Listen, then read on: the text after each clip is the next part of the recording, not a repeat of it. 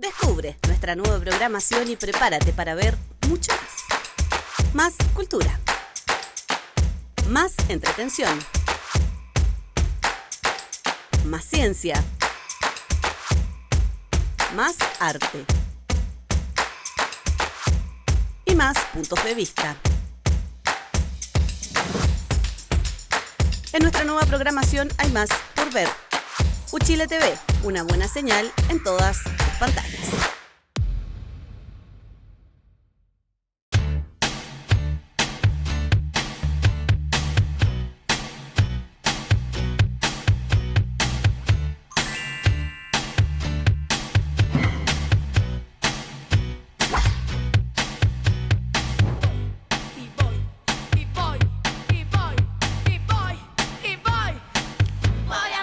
Buenas noches, bienvenidos, bienvenidas a este nuevo capítulo de Descabelladas. Estoy con Mirna Schindler, por supuesto. Buenas noches, bien? Mirna.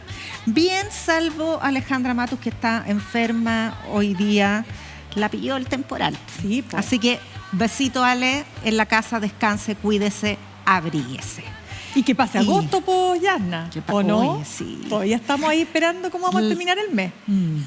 La Cámara de Diputados pasará agosto, este clima de crispación, de reapertura de heridas después de la lectura ayer por parte de la derecha, no toda la oposición, de esta declaración de la Cámara de Diputados hace 50 años, que habló del quebrantamiento de la institucionalidad por parte del gobierno de la Unidad Popular y que para muchos desencadenó el golpe de Estado el 11 de septiembre. ¿Qué decir? Pues se reabren las heridas, se polariza el clima. Mirna, ¿cómo lo ves tú? A ver, yo lo veo muy preocupante. Yo creo que lo de ayer era absoluta y enteramente innecesario. Es una iniciativa que nace desde la UDI, que es apoyada por Renovación Nacional, por Evópoli, por los republicanos. ¿Y de qué consiste básicamente, para explicar? El 22 de agosto de 1973, estamos hablando a pocos días del golpe militar, la Cámara de Diputados de entonces, con el Partido Nacional y con la Democracia Cristiana, emite una declaración en la que señala que el gobierno del presidente Salvador Allende ha quebrado la Constitución, en grueso. Se está hablando de varios elementos que se están traspasando, ¿no es cierto? Pero ese es el llamado principal. ¿Y por qué es importante? Es importante porque un sector fundamentalmente de la izquierda y de la centroizquierda ha sostenido que esa declaración no solo fue la antesala del golpe, sino que esa declaración sirvió como sustento jurídico para la dictadura cívico-militar para justificar lo que había pasado. Y ahí, si me permites, Yasna, yo no me quiero tomar la palabra todo el rato, pero solamente me preocupé de leer dos versiones que me parecieron importantes. La de la derecha ya la sabemos porque la derecha, a través del Partido Nacional, efectivamente pujaba desde el día 1, digamos, porque efectivamente el gobierno acabara muy pronto y con la intervención finalmente de las Fuerzas Armadas. Pero me interesó mucho la opinión de Patricio Aylwin. Y Patricio Aylwin lo que cuenta en los escritos que hay respecto de ese episodio es que él creía que la Cámara de Diputados tenía la facultad en ese minuto para señalar, dentro del marco de la ley, que el gobierno estaba quebrantando el Estado de Derecho, hablemoslo así. Pero que él y la democracia cristiana, a pesar de que había sectores de la democracia cristiana que estaban pololeándose más con el sector del Partido Nacional, no estaban de acuerdo con que aquí hubiera una intervención de las Fuerzas Armadas, ni mucho menos porque eso era completamente ilegal. ¿Qué responde Luis Mayra, que a la sazón diputado, era de la izquierda cristiana? Luis Mayra, recordamos, había sido demócrata cristiano, presidente de la Juventud, etcétera? Dice que lamentablemente la democracia cristiana se pliega a esto y él dice que no estaban las competencias ni las facultades para que se emitiera esta resolución, y que él habló con demócratas cristianos como Bernardo Leighton y otros que dijeron: estamos obligados a firmar esta declaración porque casi que arriesgamos que nos expulsen del partido. Los tiempos eran súper complejos y Mayra sostiene que esa declaración sin duda influyó en lo que vino después.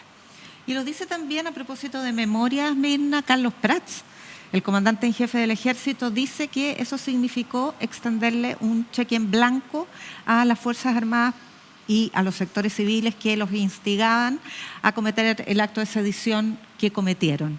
Ahora, más allá del legado histórico, esto es, me parece a mí, sin duda, una derrota de la memoria, porque significa que los distintos actores pretenden, o al menos el sector que realiza esta iniciativa ayer, lo que pretende es repetir los mismos pasos que se dieron hace 50 años. Esa es la lección que nos deja este cincuentenario, que hay que repetir todo sucesivamente, el mismo camino para llegar al mismo destino.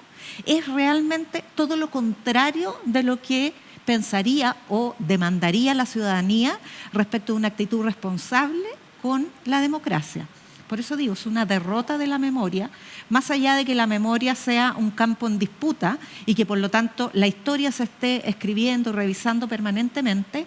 Imagínate tú que el Partido Socialista se le ocurriera pedir que en la Cámara de Diputados se leyera el discurso de Altamirano, que hace el 9 de septiembre, cuando dice, fíjate, lo anoté, 9 de septiembre, Chile se transformará en un nuevo Vietnam heroico si la sedición pretende enseñorearse de nuestro país. La fuerza del pueblo, compañeros, hay que utilizarla como se utilizó en el paro de octubre, aplastado por la clase obrera. O sea, vamos a ir cometiendo los mismos errores y Altamirano, lo primero que hace el 73 después del golpe es, junto con irse al exilio, por supuesto, como una de las víctimas, es hacer una profunda revisión de aquello. Derramó litros de tinta para escribir una autocrítica respecto de la conducta que tuvieron los distintos actores ese 73. ¿Y qué hace la derecha? Exactamente lo contrario.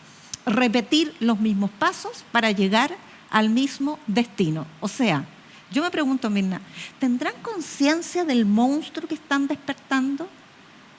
Porque hoy día la réplica es pedir que se declare que se repudie como institución de la Cámara de Diputados esa misma declaración que declara el quebrantamiento y que para muchos es considerado el gatillante del golpe. Bueno, fíjate que la memoria es importante no solo para no repetir los errores del pasado que pueden tener costos tan graves para una nación, ¿verdad? Sino que es importante para entender por qué los fenómenos ocurren. Y cuando uno, te insisto, yo me leí completa toda la reseña que hace Patricio Aylwin respecto de lo que ahí ocurrió, y él señala que efectivamente el Partido Nacional estaba absolutamente, el Partido Nacional era el partido de la derecha, ¿no es cierto?, terrateniente, en fin, lo que fuere. El Partido Nacional efectivamente quería la intervención de las Fuerzas Armadas, o sea, quería un golpe de Estado. Esa cuestión ya venía incluso desde las elecciones de marzo de 1973, que recordemos que la Unidad Popular obtuvo más del 40% de los votos, le fue bastante bien. Y en la municipal previa tuvo más del 50%. Claro, entonces, ¿qué es lo que ocurre? Ahí lo que a mí me parece súper complejo, y creo que, bueno, hoy día el presidente de la Democracia Cristiana, el diputado Alberto Undurraga, él decía que la intervención, es decir, la participación de la Democracia Cristiana en ese entonces, ¿no es cierto?, en esta carta, en absoluto era un hecho que hubiese sido, digamos, homologable al querer no seguir la vía democrática o la vía institucional. Muy por el contrario, él dice, tal como dice Patricio Aylwin, eso estaba dentro de las facultades que tenía el Congreso de ese entonces, era un llamado de atención, era pedirle al presidente, cuidado presidente, aquí se está traspasando los límites de la institucionalidad y del Estado de Derecho y de la Constitución finalmente.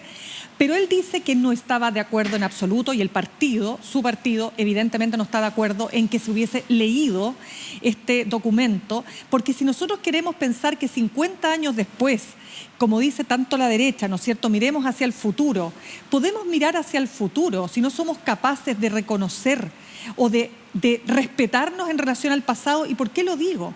Porque todo lo que vino después fue muy terrible para un montón de familias, para un montón de personas que vieron a sus queridos seres humanos, ¿no es cierto?, ya sea asesinados, desaparecidos o gravemente afectados por la dictadura.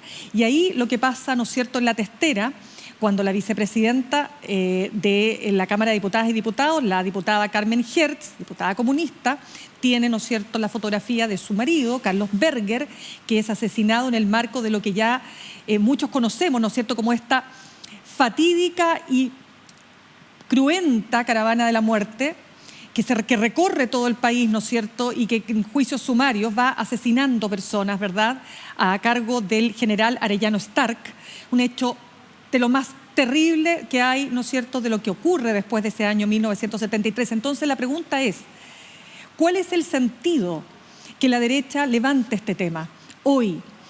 ¿Para qué hablar del diputado Gonzalo de la Carrera, que aseguraba que la diputada Hertz tenía un privilegio, que cómo era posible que a ella no se la sancionara porque tenía la fotografía de su marido? O sea, estamos llegando a niveles francamente preocupantes, y yo igual que tú. Mirna, qué envidia. ¿Envidia de qué? Envidia haber visto el cincuentenario en Uruguay, en que bajo la consigna por siempre democracia, el centro, el eje, el concepto de democracia, se congregó el presidente de la República, conservador de derecha en Uruguay, con todo el Parlamento, con los partidos políticos de todo el espectro, los que apoyaron y los que fueron víctimas de la dictadura en Uruguay, y reivindicaron en pleno Congreso, en el foro del Parlamento, donde se va a generar diálogo y consenso, la necesidad de que nunca más se quebrante la democracia de esa manera. Aquí no está siendo muy parecido. Bueno, en el mismo clima se desarrolla, Mirna, a partir de hoy día, el debate en las comisiones del Consejo Constitucional de las distintas enmiendas que se presentaron durante el proceso previo y que, bueno, han dado lugar a críticas bastante generalizadas y a otra expresión de la radicalidad de la derecha en este contexto. Fíjate que se llega a esta etapa de votación sin ningún acuerdo político. Tremendo, ¿ah? Bueno, varios temas. Fíjate que hay dos encuestas, voy a partir por la Feedback UDP, que van mostrando lo siguiente. Si bien, ojo con esto, si bien el Partido Republicano como partido, en el contexto de los partidos que existen en Chile, el sistema político, es el más, digamos, valorado, o donde las personas se sienten más representadas, pensando que en general las personas se sienten representadas un 38%, es decir, hay más de un 60% que no se siente representada por ningún partido político, pero en ese contexto tienen un 22% de aprobación. Y fíjate qué curioso, le sigue después el Frente Amplio, con todo lo que ha pasado, pero el Frente Amplio pero parece, la ¿no es mitad. cierto? La mitad, por cierto. Pero la UDI, Renovación Nacional, tienen 2,5, 2,7%. Entonces, claro, está la UDI, ¿no es cierto?, y Renovación Nacional, voy al tiro al punto que tú señalas, pujando por querer ganarle el punto al Partido Republicano. ¿Qué duda cabe de aquello? Pero aquí quiero conectar con lo siguiente. Fíjate que, según esta encuesta Feedback UDP, que es muy interesante leerla y hacer cruce de datos, Evelyn Matei va ascendiendo como figura presidencial y va bajando José Antonio Kast. Lo propio pasa con la CADEM de esta semana. Y lo dice Isixson, el director. ¿Por qué? Porque se está viendo que en esta idea de los republicanos de ser tan insistentes en poner sus enmiendas tan identitarias como que el aborto, por cierto, es decir, la concepción parte al momento, perdón, la vida parte al momento de la concepción, o los presos de Punta Peuco que podrían ser liberados y que se aprueba la enmienda, ¿no es cierto?, del arresto domiciliario para los mayores de 75 años, y en fin, todas estas enmiendas que han sido tan polémicas, eso podría estar trayéndole un costo a la candidatura de Kast, porque la ciudadanía está asociando el devenir de la Constitución del Consejo a lo que el Partido Republicano esté haciendo.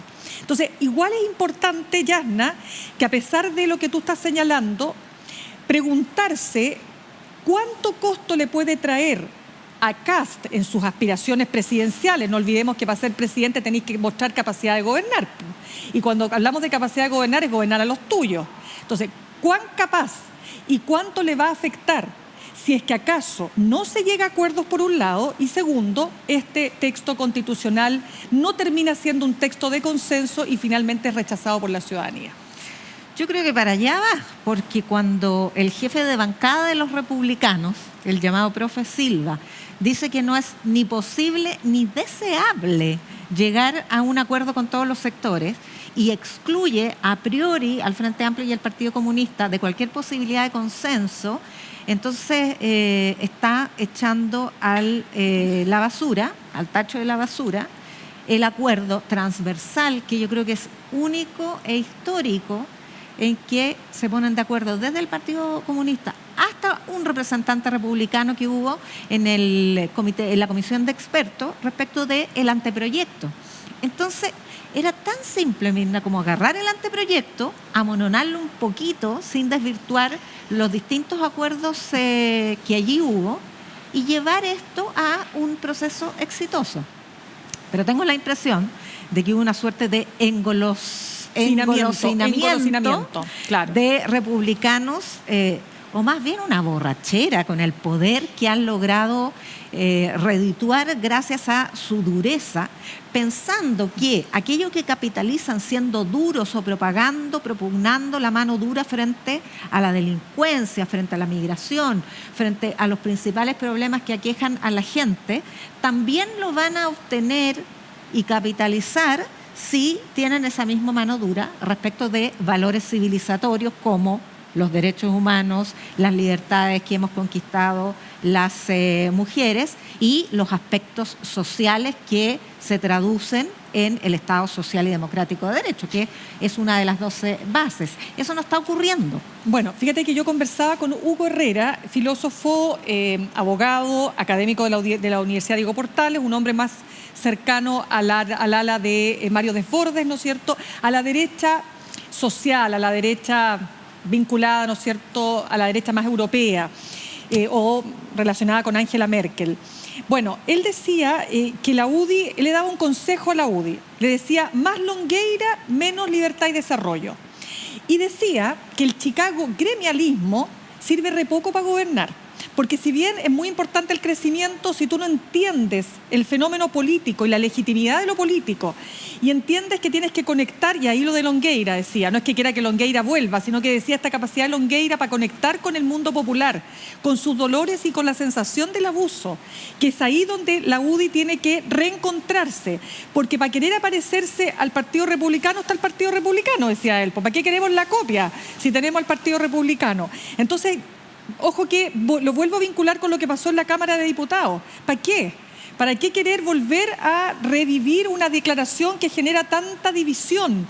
¿Para qué querer ser más duro que los ya duros?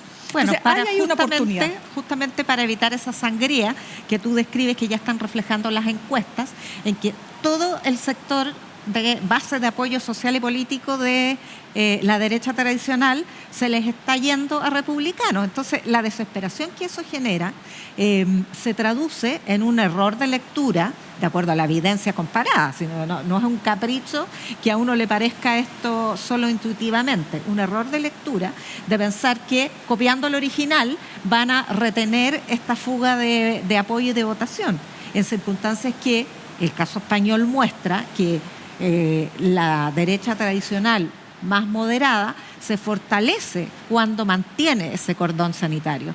Y yo creo que aquí, ojo, las elecciones de Renovación Nacional han jugado tienes papel. razón, por lo que pasó esta semana, claro. Sí, porque viene una segunda vuelta. Y justamente para ver cómo estaba decantando este escenario, es que el Consejo trató, o el gobierno del Consejo, que está en manos de republicanos, ha tratado de retrasar este debate, viendo cuán duros o cuán blandos debieran ponerse para poder conducir el debate en la dirección que la opinión pública esperaría. Claro, solo déjame decirte algo importante que está en el análisis también, ¿no? Que cuando los partidos de la derecha tradicional en torno a Chile Vamos, ¿no es cierto?, analizan el fenómeno de republicanos, hay que tomar en cuenta y hay que tener mucho cuidado en creer que la sociedad chilena se derechizó porque vota más por los republicanos. ¿Los republicanos qué tienen?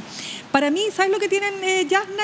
Cuando yo reporteaba, me acuerdo, UDI-RN en los 90, ¿qué es lo que uno veía en la UDI? Un partido monolítico, un partido ordenado, un partido, ¿no es cierto?, que tú sabías que desde el jefe máximo o jefa hasta abajo todos pensaban igual. Era un partido, digamos, donde había bastante homogeneidad, ¿no es cierto? Y Renovación Nacional era el despelote. Bueno, después pasó Piñera Gate y todo lo que ya es para otro capítulo, para otro programa. Pero, ¿por qué lo digo? Porque Republicanos es un partido muy ordenado. que hacen muy bien la pega, son como hormiguitas, ¿no es cierto? Han hecho buen trabajo territorial. Esto no es porque, por contraste, la gente vota por los republicanos. La gente vota por los republicanos porque evidentemente las personas, todas las encuestas, la misma feedback que estamos comentando, reafirman que la delincuencia y la seguridad es el tema más importante para la ciudadanía, pero por cierto que sí.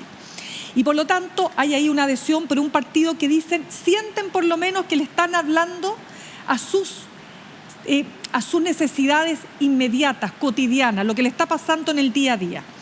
Pero esta encuesta, Yasna, quiero relevar lo que dice esta encuesta, no muestra necesariamente que los chilenos se han puesto tan individualistas. ¿Por qué? Porque si bien es cierto que el 85% dice que quiere que sus fondos vayan todos a cuenta individual, también dice que está dispuesto a un plan común en una reforma a la salud, es decir, que estaría dispuesto, ¿no es cierto?, a dar una parte de su cotización en salud para generar una mejor cobertura, ¿no es cierto?, en un llamado plan universal, esto que ha sido parte de una reforma que está también detenida. Y además, los chilenos y chilenas lo que quieren es un sistema mixto, donde el Estado provee, pero también los privados, pero en ningún caso, y la encuesta está a la vista, tú vas a ver aquí personas que digan, no, nosotros no queremos que el Estado intervenga, pero para nada, todo lo contrario, fíjate. Y respecto de lo que va a pasar con la Constitución o con el proyecto, lo que dice, más del 40 y tantos % señala que quiere que esa Constitución respete sus derechos sociales. Entonces, al hacer este cruce, insisto, cuando la gente pide educación secundaria con un Estado presente, educación básica con un Estado presente, el tema de los cuidados, el acceso al agua, etcétera, tú ves ahí una apreciación respecto de la labor de lo público. Y el apoyo del Estado frente a temporales como el que estamos viviendo. Y mientras tanto, yo creo que por esa lectura errónea de republicanos y de la derecha como cautivada por la desesperación, es que José Antonio Kast baja en las encuestas y sube la tendencia a rechazar la propuesta constitucional, rechazar el texto, claro. También sube. Cada vez más intención de voto de desacuerdo. Eso es bien preocupante. Oye, tenemos una canción que nos dejó escogida la Alejandra Matus antes de sufrir su enfermedad. Oiga, le pone una enfermedad. Si se resfrió, pero si está enferma. Ya ves como la enfermedad. Su resfrío intenso, influenza, yo creo que es porque estaba súper afiebrada. Sí, pues. Creo en mí. Así se llama. ¿Crees en ti tú o no? Sí, fíjate. Bueno, es que Natalia Jiménez justamente nos interpela a las mujeres a empoderarnos, a creer en nosotras. Escuchamos. Ya pues.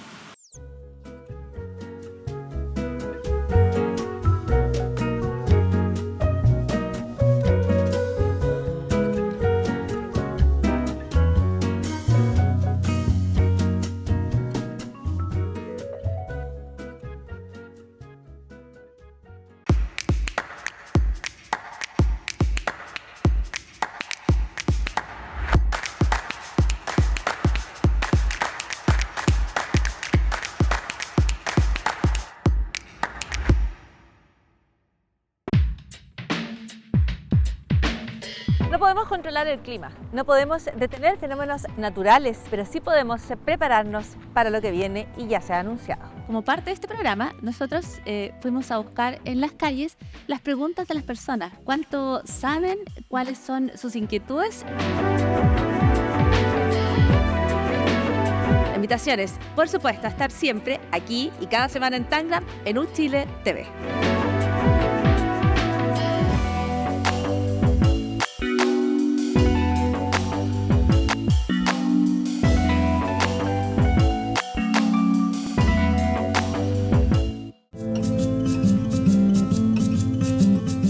Chile TV, en colaboración con GAM y Cineteca Nacional, presenta una nueva temporada de La Maleta del cine chileno a 50 años del golpe.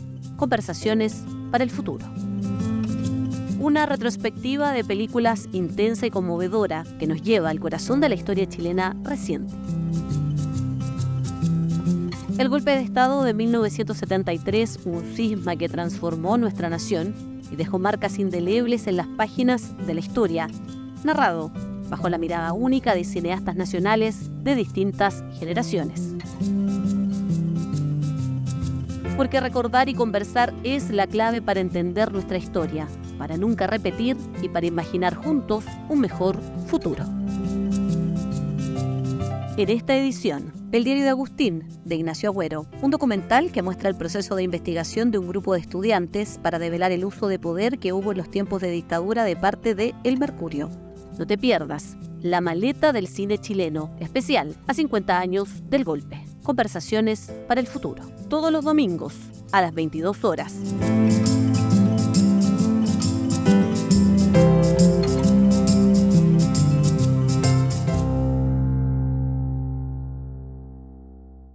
Oye, y en este baño cultural tenemos que saludar, desde luego, y felicitar el nuevo Premio Nacional de la Representación al gran maestro Patricio Guzmán.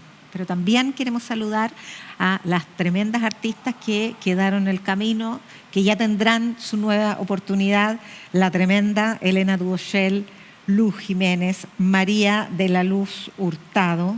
Así es que grandes mujeres, porque Sí, somos pues. un equipo de mujeres. Sí, de todas maneras. Y también queremos saludar y felicitar a la Premio de Artes Plásticas, que también se recibió hoy día, Cecilia Vicuña. Oye, yo tuve la suerte de verla en Londres en una de las, creo que era el Tate Museum. ¿Y por qué te pero- fuiste a Londres a ver una chilena? Porque ella estaba haciendo estaba haciendo la exposición, o sea, con eso te estoy diciendo, en uno de los museos más importantes de Londres, ella estaba en una tremenda exposición de su obra, entonces, para decirte lo tremenda artista que es. Muy bien. Sí, pues no cualquiera se expone en uno de los museos más importantes de Londres. Pues. No cualquiera. No, pues. Oye, ha sido una semana tremenda para Sí. compatriotas del sur y también de la región metropolitana en el día de hoy. 3 fallecidos, 32.800 personas que han sido evacuadas de sus casas, damnificadas. Se suspendieron las clases hoy día en 12 comunas de la capital y en 60 en total, Sí, pues. en las 4 comunas que están en estado de catástrofe. Entonces, claro, los ojos están puestos en los problemas que genera la gestión pública frente a este tipo de desastres naturales. Y en general los medios de comunicación, me parece a mí certeramente, ponen el acento en los déficits más que en los logros, porque es la manera de interpretar a las personas que están sufriendo un desastre supuesto. natural y que claman por ayuda. Pero también es el momento de reflexionar acerca de la importancia de tener un Estado robusto que sea capaz de llegar.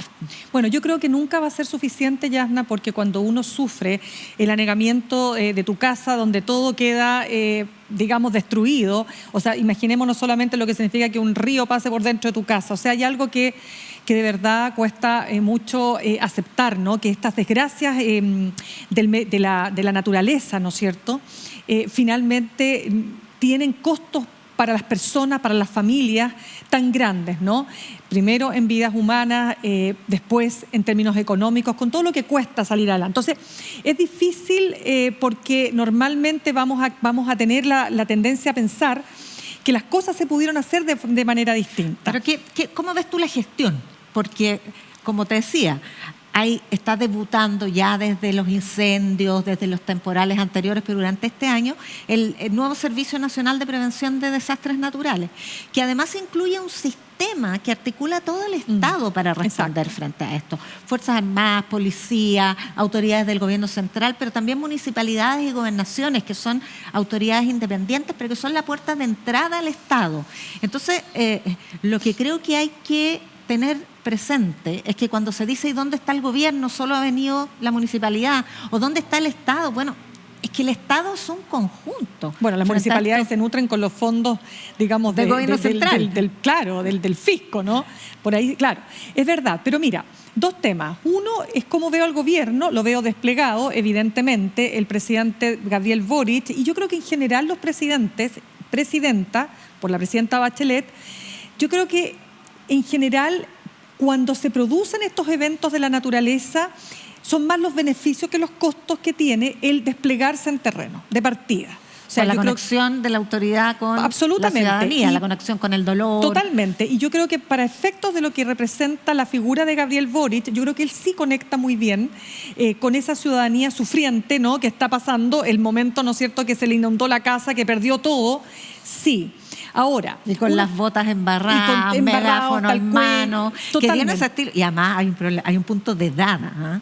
La Pero- capacidad física de desplegarte O sea, por todo Chile en este tipo de circunstancias. pero están sus ministros también, pues. Sí. Jóvenes y mayorcitos, como nosotras, pues, querida. No sé si nosotros estaríamos en condiciones de para allá y para acá, para allá y para acá. Es pesado. Ahora, por cierto que va a haber críticas y está bien, si uno tiene que, y además las críticas tienen que servir para ver, bueno, qué podemos hacer mejor para el próximo evento. Si además esto que estamos viviendo de estas temperaturas que, o sea, llueve, pero llueve con una temperatura superior a lo que estábamos acostumbrados, entonces donde tiene que nevar no nieva, ¿qué pasa? Viene, ¿no es cierto? Pero espérate, hay algunas críticas que llaman ¿Cómo poderosamente cuál? la atención. Por ejemplo, la del expresidente de la CPC, Juan Sutil. Juan Sutil. Ya, yo tengo acá las declaraciones. Ya. Porque Juan Sutil es presidente además y fundador del holding Empresa Sutil. O sea, él tiene agrícola, ¿no es cierto? Y Damnificado. pero, o sea, evidente que los agricultores han sido muy dañados por esta lluvia, porque ha sido muy intensa, sobre Grandes todo y chicos. Maule y otros lugares. Entonces, ¿qué es lo que dice? Que, en definitiva, si se sabía que esto iba a ocurrir, el gobierno, directamente apunta al gobierno, debió haber hecho o implementado medidas de mitigación más específicas. Entonces él dice, por ejemplo, las maquinarias disponibles para poder conducir mejor el cauce de las aguas y los desbordes del río debieron estar disponibles.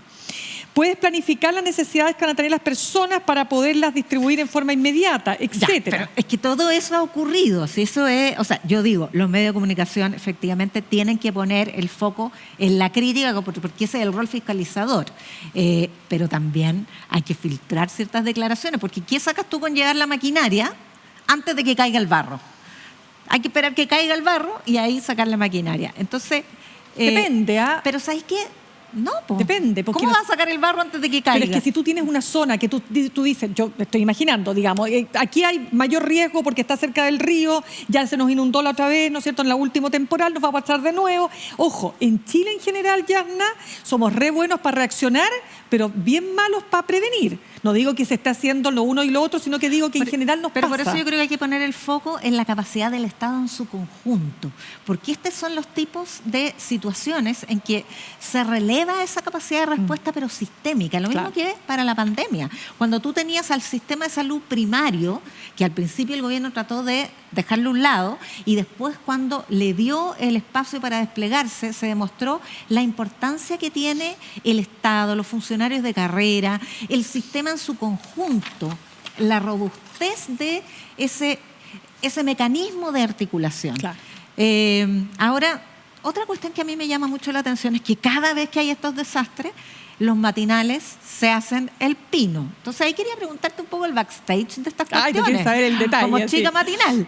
No, chica matinal por ningún motivo. Una tremenda profesional de un matinal, pero No. tuviste tu experiencia. Sí, no, ojo que yo había estado en matinales antes del paso por Canal 13. Mira, yo lo que te comentaba hace un rato, te decía que desafortunadamente va a sonar súper terrible lo que voy a decir, pero los desastres naturales te arman el día y te arman la semana y si no el mes. ¿Por qué? Porque es muy difícil en los matinales, el gran tema que tienen es lograr rellenar o llenar una pantalla 5 horas todos los días. Ahora bien, porque yo me hago cargo de lo difícil y me pongo en el lugar de los editores, de los que dirigen, de los periodistas que conducen, de los productores, etcétera. O sea, muy complejo. Una máquina, mira, es una máquina de moler carne brutal. Por algo los equipos son tan contundentes para trabajar, ¿no es cierto?, en esta gran máquina. Dicho lo anterior, creo que lamentablemente los matinales volvieron a esta pulsión que tienen, y digo volvieron porque con el estallido, si bien también, pero un poquito menos, de querer sobre-representar la sensibilidad o el sentido. Por decirlo con otras Lo palabras, dice bien elegante, porque es la una sens- mera exaltación de la Exacto. emoción de la rabia. total. En No lugar solo la de, rabia, el ¿por qué- dolor, la pena. ¿Por qué no Claro. ayudan a articular al mundo público-privado para colaborar en un desastre, para coordinar? Pucha, porque ¿Y se sabes está lo que pasa? discutiendo, perdona, Yana, se está peleando punto a punto. Pues, si eso Sí, es. pues, pero entre medio, está bien, hazlo. No, si yo no métete, digo que esté bien. involúcrate, No, si yo no digo que esté bien. Involúcrate en el sentir y el dolor de las personas que también necesitan esa empatía. pero con un poquitito de capacidad y conocimiento de cómo funcionan las cosas. Porque cuando tú ves a conductores que repiten y repiten, está solamente el alcalde y dónde está el Estado, es que simplemente no tienen idea cómo funciona el Estado. Pues si el alcalde es la puerta de entrada al Estado, ¿te das cuenta? Entonces, Claro, bueno, lo que pasa es que, ojo que ahí uno viene, como profe de periodismo le entra lo también sé, esa desesperación pero ¿qué es lo de, que- claro. pucha, empecemos a aprender. Claro, pero además esta cosa de conectar con la rabia, con el dolor, con la empatizar, y está súper bien empatizar, eso es muy importante, por supuesto que sí, pero en esa empatía no puedes perder de vista los elementos objetivos que hay en tu análisis de lo que está ocurriendo. Eso, O sea, no y te puedes prepárate, quedar, po. claro, no te puedes quedar solo con el dolor, solo con la rabia, solo con la emoción, también tienes que poner, pero eso también se hace ya. Y no lo nos que- podemos quedar solo con este tema porque Ay, se nos está acabando el tiempo. ha Ya. ocurrido ¿Qué pasó? una suerte de desenlace de una polémica que se había trabado respecto de la constitución por decreto de la Comisión contra la Desinformación. Porque después de que rechazara los requerimientos en la Corte de Apelaciones, en la Contraloría, ayer lo hace el Tribunal Constitucional, Claro. que rechaza un requerimiento presentado por la derecha del Senado, a nombre del Senado, que esperaba que se declarara esta Comisión contra la Desinformación inconstitucional porque se creaba por decreto y porque pretendía juzgar qué es verdad y qué es mentira. Un verdadero montaje respecto de lo que era la comisión. Sí, a ver, varias cosas.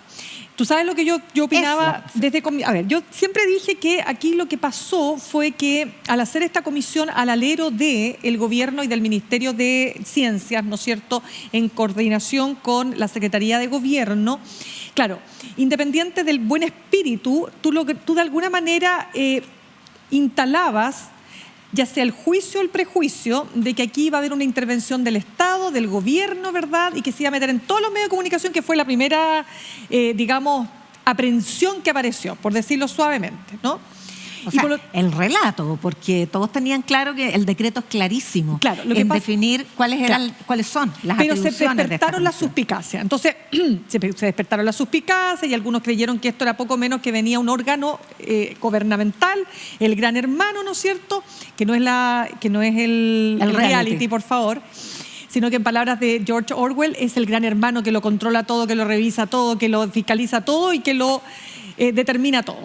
Entonces, se encarga. Yo entrevisté, de hecho, a parte de sus miembros y claro, el discurso es completamente distinto. El tema de la desinformación, evidentemente, es un tema hoy día en el mundo y querían, ¿no es cierto?, monitorear lo que está pasando en ese frente a través de lo que ocurre en las redes sociales, pero en ningún caso esto iba a ser una censura contra los medios de comunicación. Bueno, ya fue parte del gobierno y el Tribunal Constitucional le ha dicho que no tiene nada de inconstitucional, más allá que el Senado quería que se pronunciara diciendo que era inconstitucional.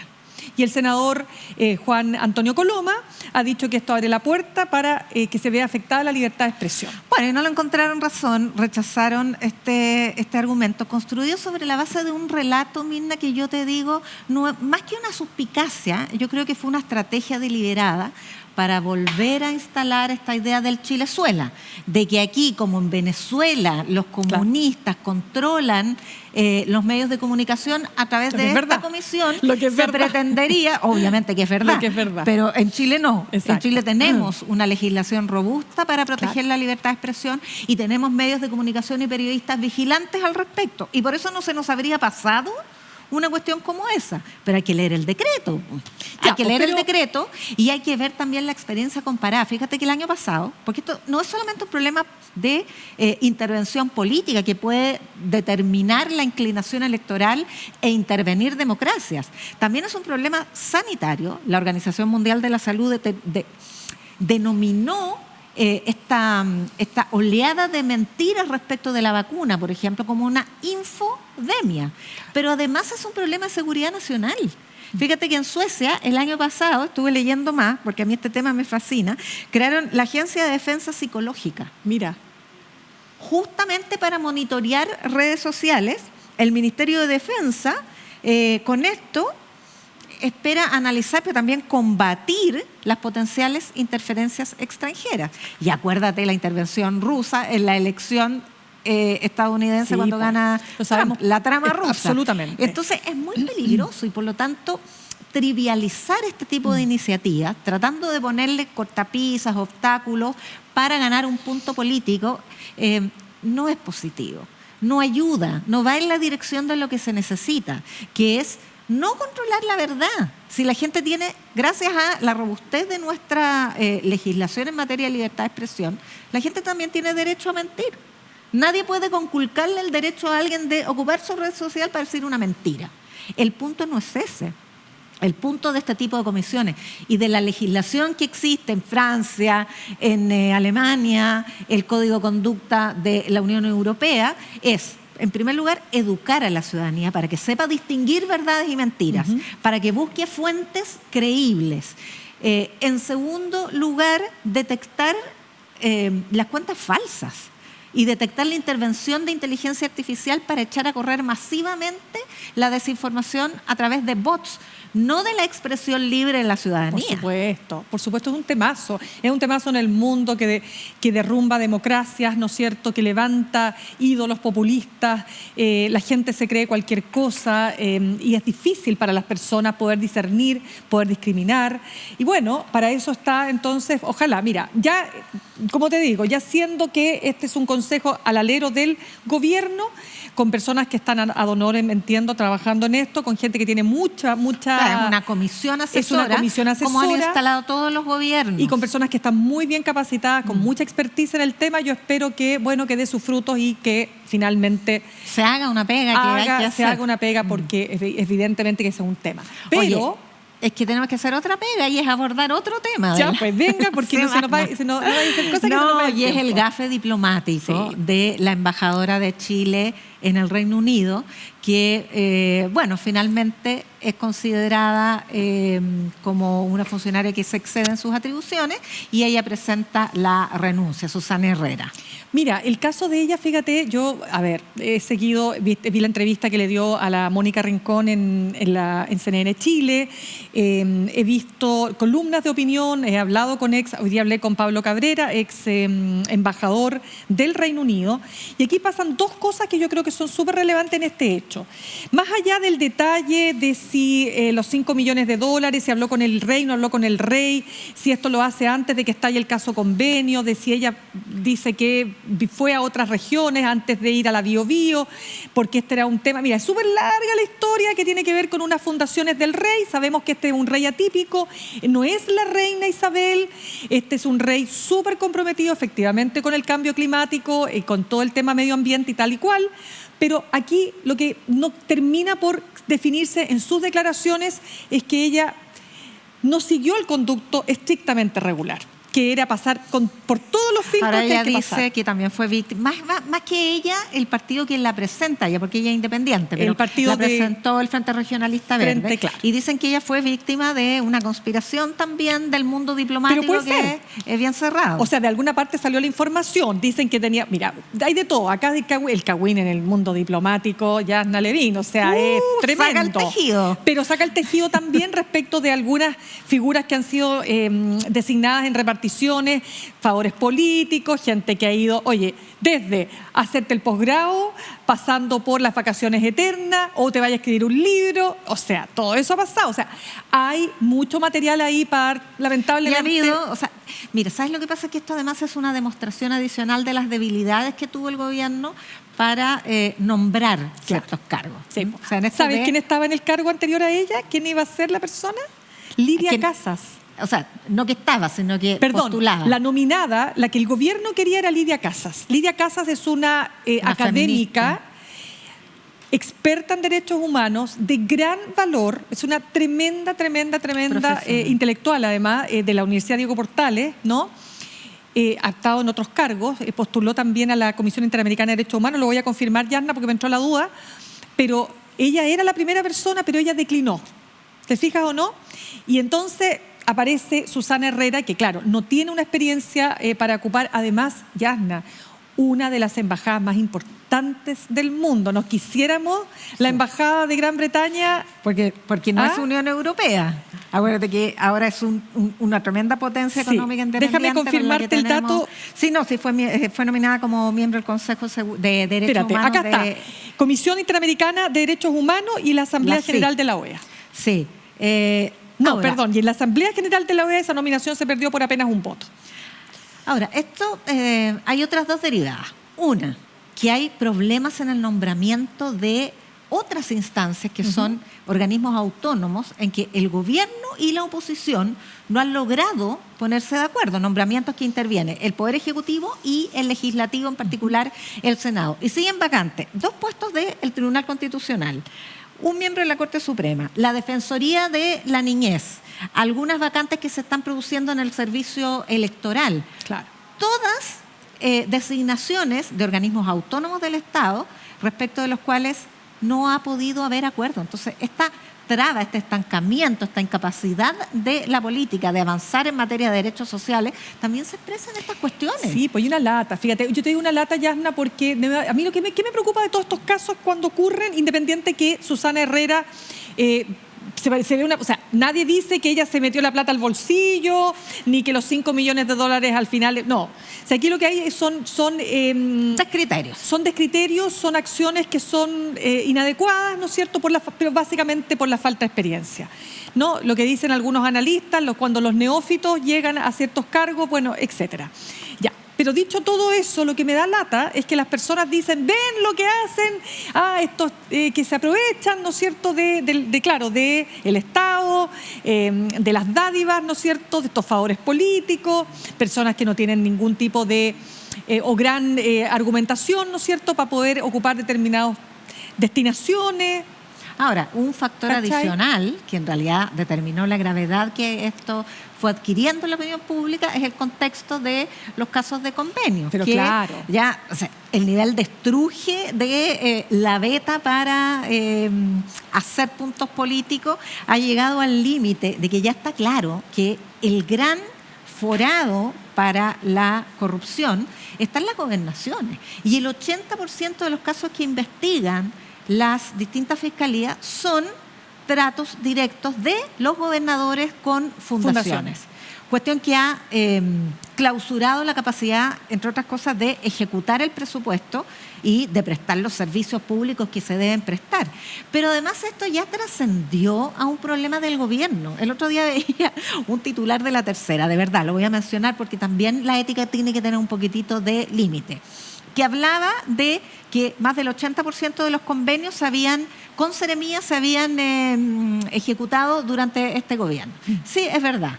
Pero más del 80% de los convenios no son de seremía, sino que son de gobernación. Entonces era la bajada. Era el 80% del 18%. Lo decían porque yo también leí esa información, en la bajada lo decía. Sí, pero sabemos que para desinformar no necesitas mentir. Basta con poner la información en la jerarquía que te permite instalar una determinada noticia. Ve el titular de La Tercera, no ve la bajada. Además, ¿cómo la noticia va a ser lo que ocurre en el 14% y no en el 80% de los casos donde se concentra además la mayor cantidad de recursos? Bueno, pero eso te habla también de que tenemos una falta de diversidad de medios y La Tercera tiene todo el derecho a querer titular como quiera. Ahí podemos tener discusiones, Yasna, respecto de si es correcto o no es correcto, si es ético o no.